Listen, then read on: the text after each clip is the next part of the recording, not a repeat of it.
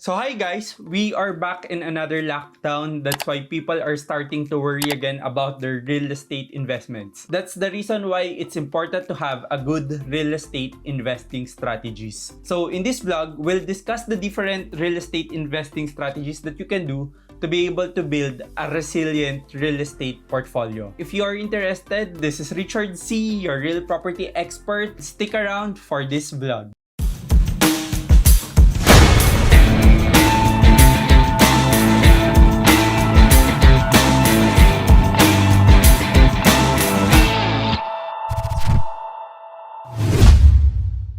So, the good thing about real estate investing is there are different strategies out there. Ang dami. So, if one does not work, you could shift your strategy into another one. So, for this vlog, we'll be discussing the different real estate investing strategies or the most commonly used strategies. So, in this vlog, we'll be discussing about invest and flip, fix and flip, short-term hold, long-term hold, live-in flip, live and then rent, house hacking, syndication, and the BRRRR or the BRRRR strategy. Okay, so let's get on to it. So the first strategy is invest and flip. It is the most common strategy, especially for condominium buyers. So this strategy is technically buying a real estate property and selling it out even before the turnover. It does not always work that way, especially if you have not analyzed the property or yung binili mong property is not for short-term flipping. You will have to hold to the property for a while. Because to be able to be successful for an invest and flip strategy, you really have to be good with marketing and you really have to be good with selling or trading your property.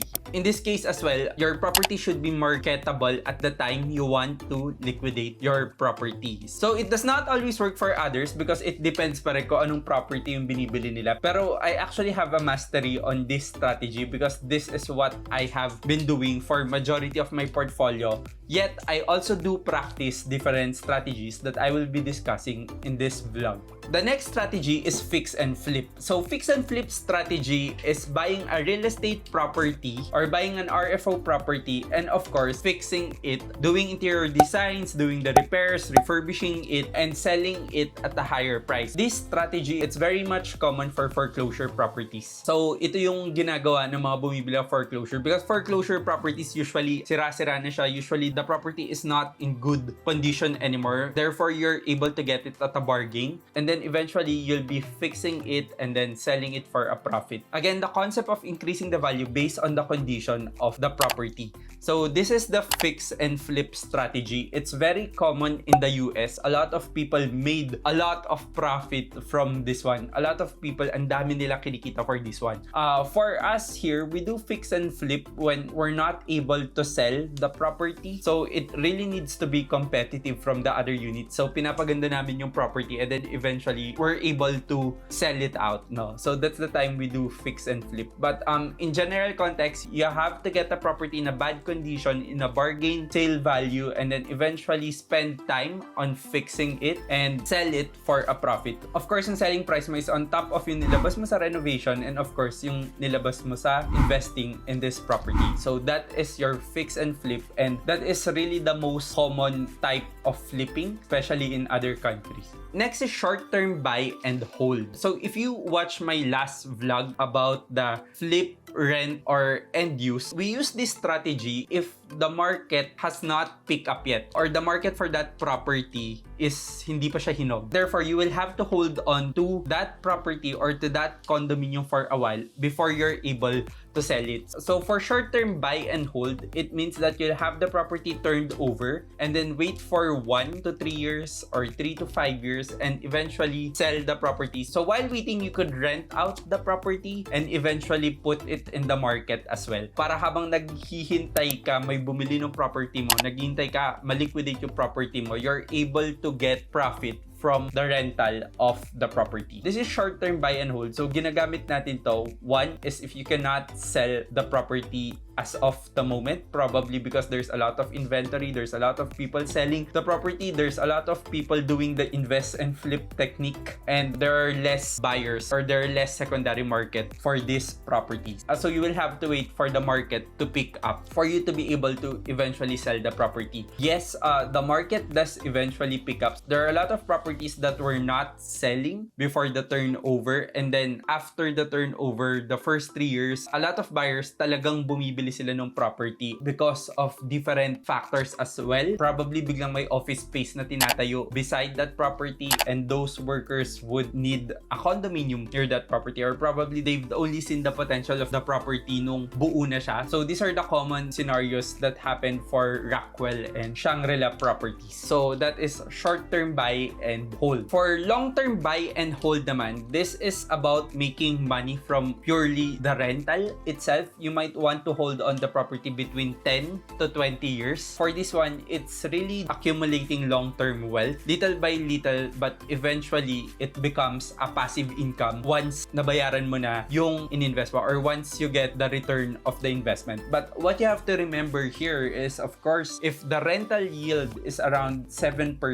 so it's 100 divided by 7%, ganun katagal before you're able to get the return. So 100 divided by 7% is around 14 years. So it would take that long before you're able to get the ROI. But eventually, of course, you've earned in capital appreciation. But because wala kang balak i-sell yung property, you're not able to liquidate, or you're not able to experience the profit from the increase ng value ng property. So purely you're getting the profit from rental lang siya. So for long-term buy, hold, and rental, there are certain ways to do this as well. It could be to self-liquidate the property, meaning you could actually use the payment of your tenant to pay for the amortization sa bank. Probably sa una, it's not enough to pay for the amortization, but as the rental escalates, habang tumataas yung rental nung tenant, you're able to cope up with the monthly amortization sa bank, and eventually you're getting more rent than what you're paying sa bank, probably after certain number of years, as long as the economy is good. So there are different ways on how to attack this one. Still, there are a lot of people who uses this strategy, especially if they have children. They would want to like give a passive income dun sa anak nila after college, for example, so they don't have to support their kids anymore, no? So the kid could get the money from the rental property. So I think it's a great strategy as well, but it's important to have the condo really maintained just to preserve the beauty nung condominium na investment mo. Because again, it's a long-term fixed asset that is subject to depreciation. So the next strategy is live in flip. This strategy, I used this a lot before. So live in flip strategy is when you buy a property and then you'll be using it for a while, and then eventually you'll be selling the property once you don't need the property anymore, or once you do an upgrade to the property. So why would you do this? No, so there are a lot of people who does not want to rent at all. So ayun, because they think that renting is really a waste of money. So technically what they do is to just buy whatever property that fits for them as of the moment. Let's say, for example, a millennial or a Gen Z would buy a 22 square meter studio unit property, no? And then eventually, this millennial would like to get married, and then this millennial is able to sell the property that he does not need anymore and eventually upgrade to a bigger property once he gets married, or that is more conducive to a startup family because medyo masikip na yung studio. So, live in flip is a very good strategy for you to be able to catch property prices, because if you cannot afford to buy a bigger property right now, at least buy a smaller property, because again, pag nagpa-price increase yung property, nakakasabay ka, hindi ka na pag-iiwanan, and your money is technically growing into something na mas nakaka-afford ng mas expensive na property. Live and flip is a very good strategy as well if you cannot afford income generating properties and you could only afford a property na pwede mo gamitin. And eventually, as time goes by, lumalaki yung nabibili mong property because lumalaki yung money na na-invest mo sa real estate. So this is very much common, no? So from someone who's buying a 24 square meter property and then eventually became 30 square meter, and eventually became 36 square meter, eventually became 45 square meter, and then buying 66 square meter, and then buying 90 square meter as time goes by. So for example, I bought the studio before at 2.4 million, and and then I'm able to sell the studio at 4 million pesos after using it, then it means na I was able to make money out of it despite living in that property. Okay, so that's live and flip strategy. So the next strategy is live and then rent. So for this strategy naman, it's all about using the property first and then eventually having it rented out once you don't need the property anymore. Good if you have the liquidity to afford and maintain multiple properties. Again, the same scenario with live and flip. It's technically you don't need the property anymore, or probably you're migrating somewhere else, then you're able to have the property rented out. The good thing about this one is the property will most probably would be marketable because ginamit mo yung property or napaganda mo yung property because ikaw yung tumira doon, and then eventually paparent mo yung property. Again, it's a good strategy to build a rental portfolio. Let's say for example, your goal is to have at least 200,000 pesos from rental properties per month. So this is a really good technique to use. Gamitin mo muna yung property because you need it, and then eventually instead of disposing the property, you have it rented out, and then you buy another property, gamitin mo muna, and then once you need to move out again, paparent mo ulit yung property, and you just repeat that over and over again, and before you know it, you have a big real estate rental portfolio and you're getting a lot of money from the rentals already. Why would you prefer live and then rent? If kagaya nyo ako na laging nagtra-transfer ng condo but would want to keep the property because wala pa siya dun sa maximum potential niya, and you want to earn more income before eventually selling the property, then you could actually do the live and rent strategy. Okay, the next one is house hacking. This is not very much applicable in the Philippines, but in other countries, ginagawa nila to. So, a lot of my friends in other countries would buy 3-bedroom properties, and then 2 of those bedroom, ipaparent nila. Eventually, that would pay for the mortgage of the property. So, the only thing you need with house hacking is the down payment of the property. So, the common thing in the Philippines, if you want to do house hacking, is it can be like a duplex property, and then you live sa isang part ng property and then you have the other part rented it out, or probably a 3-floor apartment wherein you live in one of the floors of the apartment and then have it rented out mga ibang floors niya. So house hacking is a very good way to let others pay for your mortgage, but for safety and privacy reason, it's not very much common in the Philippines na. Pero pag tinignan mo sa ibang bansa talaga, the amount that you get from renting out those bedrooms is so much enough for the amount you're paying dun sa bank amortization mo. No? So technically, you get the house for free. That's why it's called house hacking, because you get a real estate property for free. So the next one is syndication. So syndication is like crowdfunding in real estate. The thing with syndication is if you cannot afford the property because the property might be too expensive, you could actually ask some people to co-own the property and invest with you. There are a lot of people na parang they would rather invest in an expensive property that they know it's marketable, they know it's feasible for a property investment, rather than buying a more affordable property na eventually it does not serve their purpose, no, or they're not really earning from this property because it's more of a long-term end-use property. What would people do is they would talk to other people, no, or they would get other investors, no, to co-own a property for them. So if those 5 people could only own like a 3 million peso studio unit, if they co-own a property, they'll be able to afford between 15 to 20 million pesos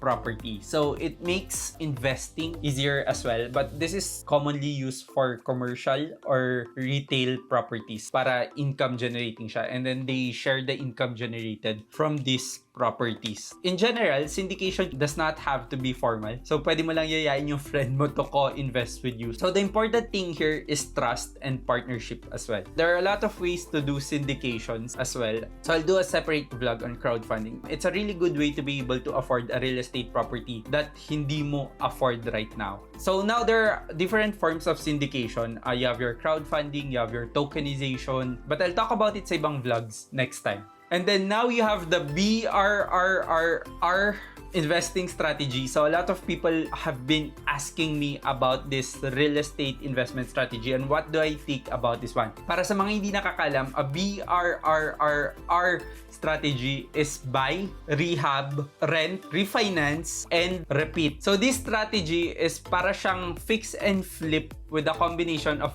buy and hold rental strategy. So hybrid siya nung dalawa. So what you're going to do is to look for a cheap property or look for a foreclosed property, and then you buy the property. When buying the property, you could probably use your own money or you could borrow from short-term lenders. So when we say short-term lenders, hindi naman siya bank, but you're able to pay between 3 to 6 months, for example. So once you're able to buy that property at a good price or any property that is below market value, the next thing to do is to rehab the property or to fix the property. Eventually, pagandahin mo yung property. And of course, after that one, after you shell out money from fixing that property, get a renter para rentahan yung property. And then eventually, once you have the title already of the property, go to the bank and have it appraised. And then once na-appraise siya sa bank, you should get a higher amount of takeout loan compared dun sa amount na nilabas mo para bilhin yung property. If nag-short-term borrow ka for that property, during the buy stage, you have to pay it right away. But if you use your own money, for sure, bumalik na yung money mo, may dagdag ka pa because of a higher appraised value because you've fixed or renovated the property. And then eventually, repeat, because if you do this over and over and over again, you'll make a lot of money from this one. Thousands of people in other countries have been doing this strategy. Now, the reason why it's not applicable in the Philippines is because one is our loan rates are really high. So baka mas malaki pa yung babayaran mong monthly compared dun sa rental na nakukuha mo. Second is our documentation or our paperworks are not the friendliest in the world, no? You're really gonna have a hard time fixing the title of a foreclosure property. Third is good properties are expensive in the Philippines. It's hard to find bargain properties here, especially for house and lot. For condominiums, yes, madaming pasalo. Pero for a house and lot wherein BRRR is mostly applicable, then medyo mahirap siya, no? It's not very common. But if you've tried the BRRRR strategy when it comes to condominium, please let me know because I have not heard of a story na ginawa nila yon pagdating sa condominium investing. It's mostly applicable for house and lot as well. But the concept is the same for condominiums. So I guess it's easier to earn a profit sa condominium if you do the other strategies such as invest and flip or short-term hold and then eventually you sell it and all those things. Now, compared to the BRRRR strategy, medyo matrabaho siya. With this one kasi you work with the cash flow eh. It's important that pagdating mo dun sa refinancing stage is you're really getting more sa rental rather than sa refinancing. Like in other countries like the US, their mortgage rates are so friendly na talagang pagka-refinance parang wala silang nilabas na pera and yet they're really earning a lot from the rental of the property. So those are the real estate investing strategies that you can do if your current strategies are not working for you. So I have been practicing some of these strategies for a long time now and I'm really happy with the results. I hope that was helpful. So sana natulungan ko kayo because there are really a lot of ways to earn a profit from real estate investing. So don't worry anymore, re-strategize na lang. So thank you again for watching this vlog. Don't forget to give it a big thumbs up. Don't forget to subscribe so you will be notified for more videos just like this, and of course connect with me on my social media accounts. Again, this is Richard C, your real property expert. Stay safe and I'll see you real soon.